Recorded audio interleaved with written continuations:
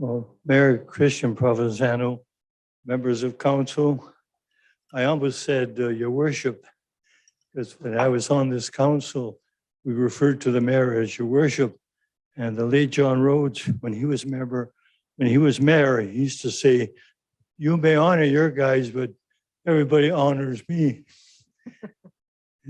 John Rhodes was very quick with the one-liners. I remember one time at the Marconi Hall, he was supposed to give an address, and they had an awful time with the microphones.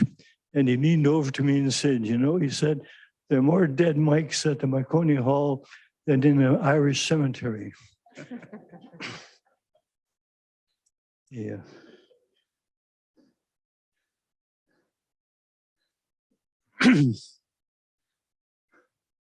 Before I go any further, I want to congratulate my fellow recipients for the work that they've done for the residential school survivors movement. In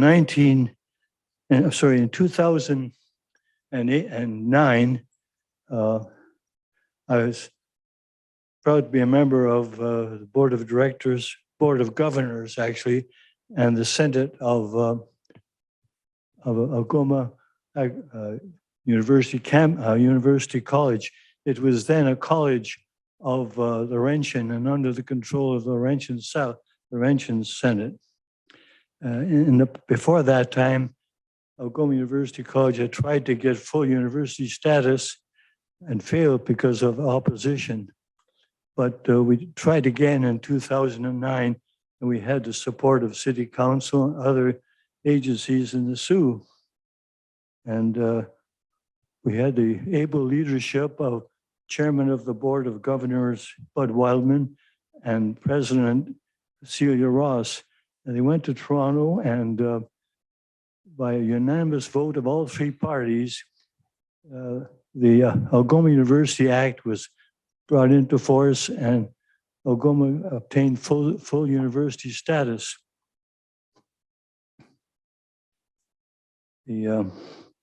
As a result of achieving university status, there were discussions with the Shinwalk people about the future of Aboriginal education in our area. And Shinwalk people were brought in, Chief Benson Benai he was a Grand Chief of the Three Fires Confederacy in the States. And he came and gave them advice about Native education. And he came to address our Senate and shared a story with us, which I'll share with you.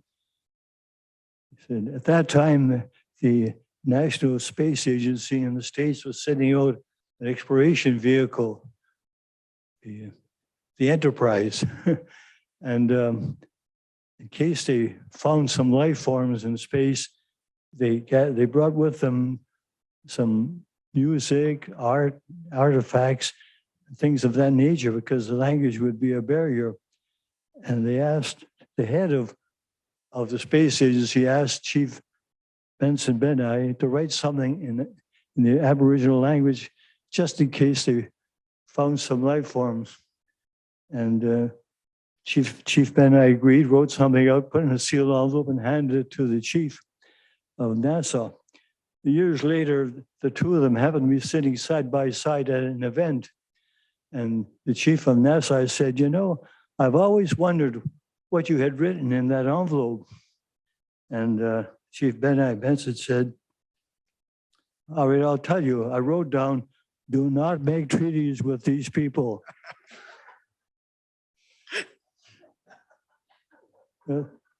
I thank you for those kind remarks that you made, Mayor Provenzano. And I know that there's an old Chinese proverb, man who wears many hats liable to get swelled head. And the wife of Prime Minister Mike Pearson always said that the role of a prime minister's wife is to keep him humble.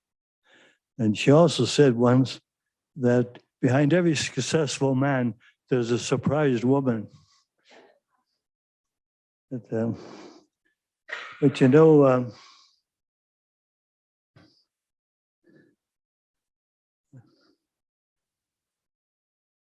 I may have done a few things for the good during my lifetime, but I've been more than well repaid for those efforts. I'll give you one example. When I was very young, I was very active in the local YMCA on March Street, and the physical director was a man named Gus Kalkin, who was an Olympic athlete from Estonia. In addition to being the physical director at the Y, he was also the camp director at the YMCA camp at Idle Lake called Camp Awading. And our school principal, Anna McCrae, paid out of her own pocket to send kids in our neighborhood during the Great Depression, send these kids to Camp Awading. Anyway, when Gus was the camp director, I volunteered to be a camp counselor. And when Gus retired, the Y hired a professor from Michigan College of Mining and Technology, now known as Lake Superior State College. The man's name was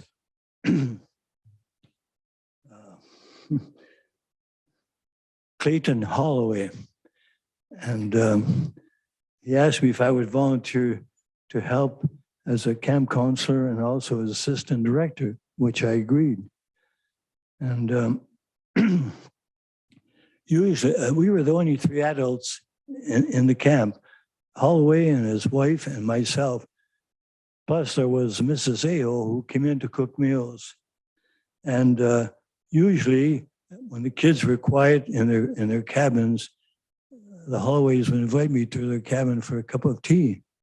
On one such occasion, apparently Clayton Holloway noticed that I couldn't walk from my cabin to the cookhouse without a kid under each arm and two of them grabbing my shirt. Half the kids in the camp came from the orphanage, which was located where the Canadian Legion Hall is now. And they really needed a father figure. And I just couldn't get away from them. And I guess Holloway noticed that and he said, you know, Ray, you have a way with kids. Have you ever thought of being a teacher? I said, oh, I'd love to be a teacher, but I never went to high school and I don't have any qualifications. He said, well, what qualifications do you have? I said, well, I have 4 years secondary school, shops and business at Sault Technical School.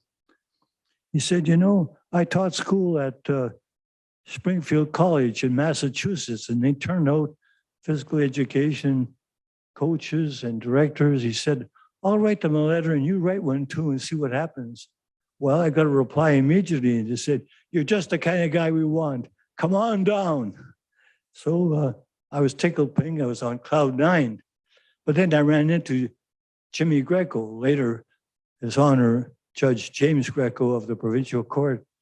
And Jim had graduated in law from Wayne State University in Michigan and was qualified to practice law in the state of Michigan. But before he graduated, he got married and his wife was reluctant to move away from the Sioux. So he had to start all over again in Ontario. He said, unless you plan to work in the States, be careful because Ontario doesn't always accept American degrees. Well, Jimmy kind of rained on my parade. And in desperation, I sent the same letter that I sent to Springfield. I sent it to the only universities I knew, University of Toronto, Queen's, and Western. I got a cold reply from University of Toronto. When you have 8 grade 13 subjects, you may reapply. However, I got a different response from Queen's and Western. In those days, the words adult education were not yet coined. If you didn't go to high school after elementary school or university after high school, you missed the boat. But you know, after the end of World War II, a lot of the war veterans wanted to continue their education. with government help. And you couldn't send these guys who'd been through war to elementary school. First of all, they wouldn't fit in those little seats that they had. So Western and Queens developed what they called a special adult program. If you could pass an aptitude test to prove that you could handle work at the university level, they would take you on probation. And if you missed one course, you were out. And in addition to your degree course, you had to have taken 5 grade 13 subjects. Well, I picked Western because they had a great reputation for physical education under the head of a famous coach named John Metras. So I went down and passed the aptitude test, started my first year, and I had a real rough time because I had to take math, physical education for statistics and whatnot. You had to have math. And the math we took at university presupposes that you had 5 years of algebra, trigonometry, geometry, and calculus, which I had none of. So I had a real tough time, but somehow on a wing and a prayer, I managed to pass. And in my second year, I decided to switch to pre-law. And then from there, I was accepted at Osgoode Hall Law School. After graduation, I came to the Sault, started my own practice. And I had a very busy practice. I never made lots of money. I never turned anyone down that needed my help. And one example, we were talking briefly before we came in here. There's a group of Batchewana band that located themselves at Batchewana Bay when they were moved away from Whitefish Island for the construction of the canal. And at one point in the 1960s, the Meisner Steamship Company gave eviction notice to all 300 men, women, and children. And I got involved and managed to find a solution. And that was one of the reasons why the province of Ontario decided to give me the Order of Ontario. And then, while I was practicing law on the Sault, on my way to the courthouse, I'd be plagued by this idea that what happens if I get sick, a stroke, or a heart attack? What's going to happen to my family? And if I reach retirement age, how am I going to support myself and my family? And I worried about once in a while, but then you get busy and you forget. But then, out of the blue, one day, I was appointed to the Toronto court. While there, I did some research in the cost of keeping even a non-dangerous offender in jail and his family on social assistance. I decided we should find an alternative, and the alternative was known as community service order, where you put a non-dangerous offender to work for some charity in the community. And the last time I looked at the statistics, there are millions of hours donated by non-dangerous offenders, and I had never heard of any bad incident throughout all those years. So I have a lot to be thankful for. And I want to thank Council for bestowing this honor on me. I only wish that my parents could have lived long enough to share this honor with me. Like most immigrants, they believed that the only way up from the pick and shovel was education. And they would have appreciated what they heard here today. So I wanted to thank you for bestowing that honor upon me. I want to thank my family and friends for sharing in this occasion. I ask God to bless this council and grant it good judgment and vision. And I want to thank Clayton Holloway, wherever he is. Thank you.